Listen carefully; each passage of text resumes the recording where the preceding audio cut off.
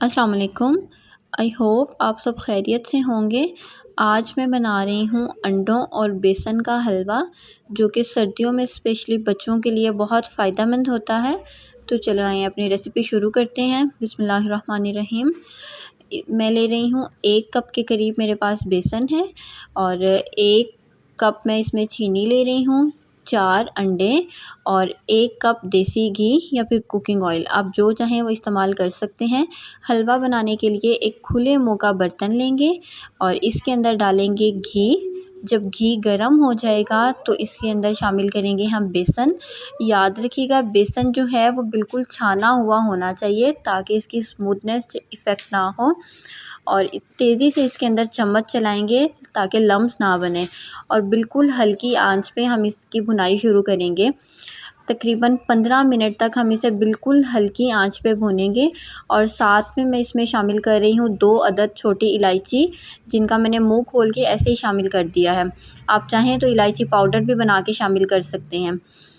और साथ में मेरे पास है 4 अंडे, जिनको मैंने अच्छे से फेंट लिया है। इसके अंदर मैं आधा कप दूध का शामिल करूँगी और इसको फिर अच्छी तरह से फेंट लूँगी।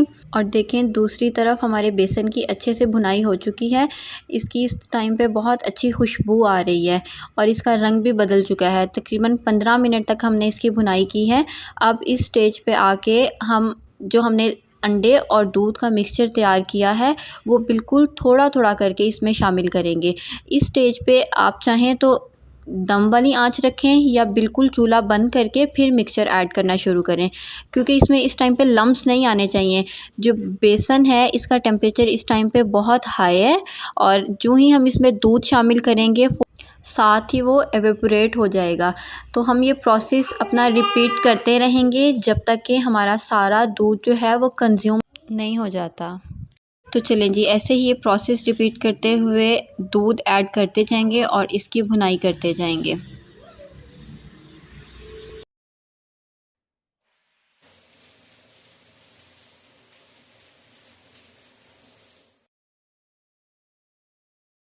ये देखें जी, इस स्टेज पे आके हमारा सारा दूध कंज्यूम हो चुका है और हमारा बेसन अच्छे से भुन चुका है। अब हम इसके अंदर शुगर, 1 कप के करीब मेरे पास शुगर है, शुगर शामिल करेंगे और कुछ ड्राई नट्स हैं जिन्हें मैंने बिल्कुल बारीक बारीक काट लिया है, वो इसमें शामिल करेंगे। और अब इसकी हम भुनाई करेंगे तकरीबन 10 मिनट तक, या फिर जब तक शुगर का दाना अच्छे से डिज़ोल्व नहीं हो जाता और हलवा जो है ऑयल सेपरेट कर देगा और तंबिये का तला अच्छे से बिल्कुल छोड़ देगा, तंबिये से अलग हो जाएगा। तो हम बिल्कुल हल्की आंच पे, आंच तेज़ नहीं करनी वरना जले हुए की स्मेल आने लग जाएगी। तो ये देखिए हम इसको भूनते जा रहे हैं और इसका कलर माशाल्लाह बहुत खूबसूरत आया है और इस टाइम पे इसकी बहुत अच्छी खुशबू फैल चुकी है। हमने इसमें देसी घी का इस्तेमाल किया था। अब देसी घी की, बेसन की और ड्राई नट्स की आपस में कंबाइन होके बहुत अच्छी खुशबू आ रही है। तो चलिए हम इसको अच्छे से भूनते जाएंगे। देखें इस स्टेज पे हमारा हलवा जो है ऑलमोस्ट सेपरेट हो चुका है, इसने कढ़ाई का पैंदा बिल्कुल छोड़ दिया है।